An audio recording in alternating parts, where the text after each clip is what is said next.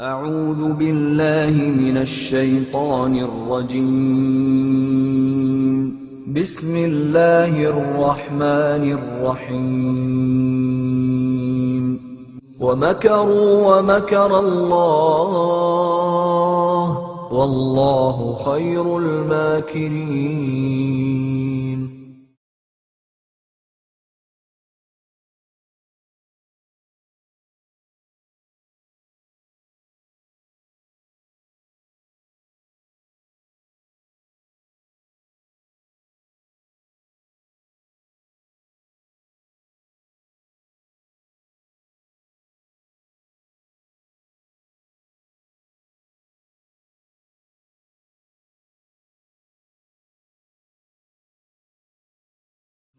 وَدَّت طَّائِفَةٌ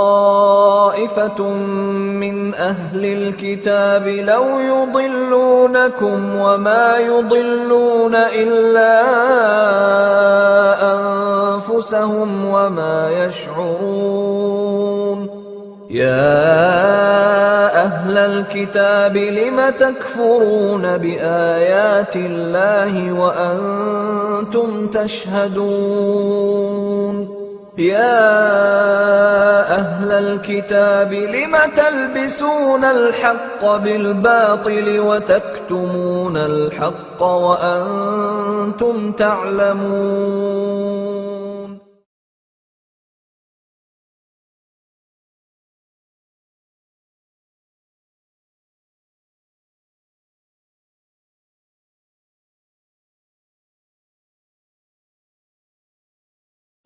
Which other elements within this passion play, within this myth, have parallels with Christianity? Well, baptism in the holy river in the Nile, which we consider to be a sacred river, the sacred Nile water, which was carried into the temple, and the statues were anointed with it. And I baptize you in the name of the Father, and of the Son, and of the Holy Spirit.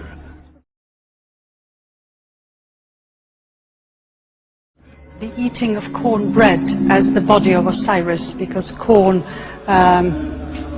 came about through the sacrifice of Osiris. So this whole eating of bread and drinking of beer that issued from the risen God is also paralleled by the Eucharist Mass in Christianity. So the corn bed and the beer are paralleled today by having the bread and the wine. Exactly.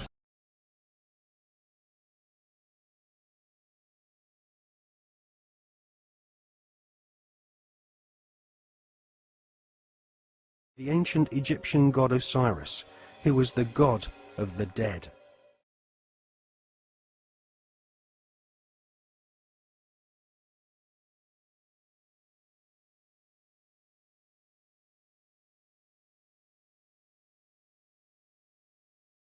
Another thing they had to do is to implement another feast or festival called the Feast of Ishtar. And this is the goddess of fertility. This is why they have the reference here now to the eggs, yeah, and to the rabbits, because they multiply quickly. So it was a fertility festival from the goddess Ishtar, which we today call Easter. That's where your Easter eggs, your bunnies, and all the rest of it come from. This has nothing to do whatsoever with Christianity.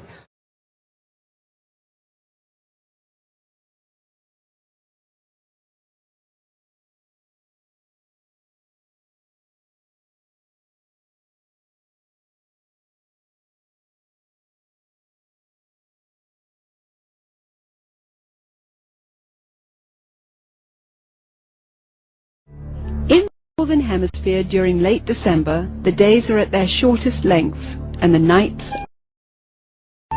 For those of the pagan world, this has always been the greatest time of the year to celebrate and practice the works of darkness. The pagan calendar identifies this period as the winter solstice. Witchcraft traditions hold that a number of pagan gods were given birth during this period, including Dionysus, Attis, and Baal, chief male god of fertility and licentiousness. Another pagan god from Persia, identified as Mithra, was said to have been born specifically on December 25th. Mithra was the god of the unconquerable sun. During the month-long winter solstice celebration, courts in Rome were closed. Any and all crimes were allowed. Homosexuality, cross-dressing, and uncontrolled debauchery reigned supreme. Rome's order was turned upside down. Even children were allowed to join in the drunken orgies as part of the Juvenalia celebration. The Christmas tree was regarded as a sacred tree. The pagans of northern typically worshipped trees. They regarded trees and groves as sacred. So the bringing of the tree into the house would be a way of bringing a supernatural source of blessing into your home. That was the whole idea, that there were spirits who resided in the tree. Santa Claus is another good example of a pagan element of Christmas. Santa Claus, as we know him today, is an amalgamation of several different traditions, but in most cultures throughout the world, you will find the existence of what is known as hearth gods. Gods who guard the hearth and the chimney and keep the fires burning and make sure the food cooks properly and the people are warm and what have you. And at a certain time of year, in the middle of winter, typically, the hearth god dressed in red will come down the chimney to reward those who have pleased him during the course of the previous year, and to lay curses or hexes or other forms of punishment upon people who have displeased him.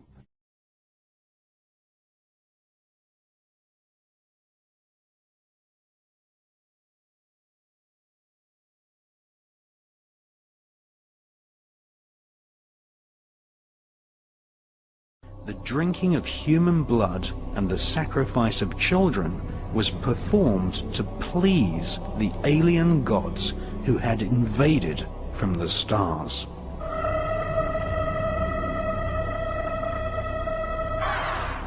The ancient ruling elite believed that drinking human blood allowed them to absorb human DNA from their ancestors.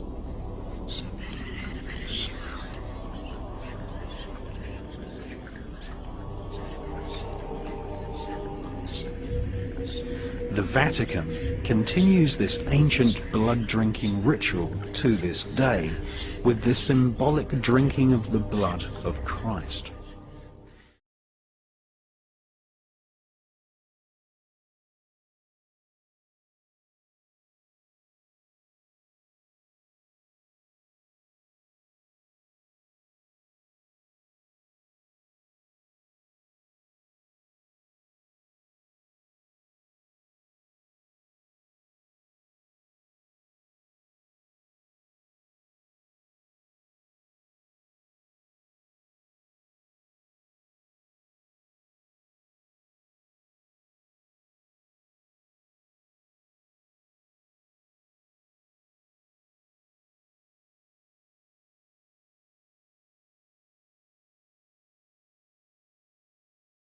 The goddess Eulogia, whom Skull and Bones calls the goddess of eloquence, arose to the heavens, and she didn't happen to come back down again until 1832, when Russell formed Skull and Bones. So now everything in the society is done in deference to this goddess. When Constantine convened this council, what he was looking for is absolution. He wanted to be rid of his guilt and sin for having drowned his, or actually boiling his wife and boiled his son, because of the fear that they would try to compete with him for his position. Talk about insecurity, huh? Well, in any case, he found a way to get it done. It was through this one sect of Christianity said that if he would say that Jesus was the Son of God and died for his sins, then they would forgive him of his sins. Yeah, interesting. And then the trade-off was then that the Roman government would now be forced to accept this particular sect of Christianity as the royal or the official church of the realm.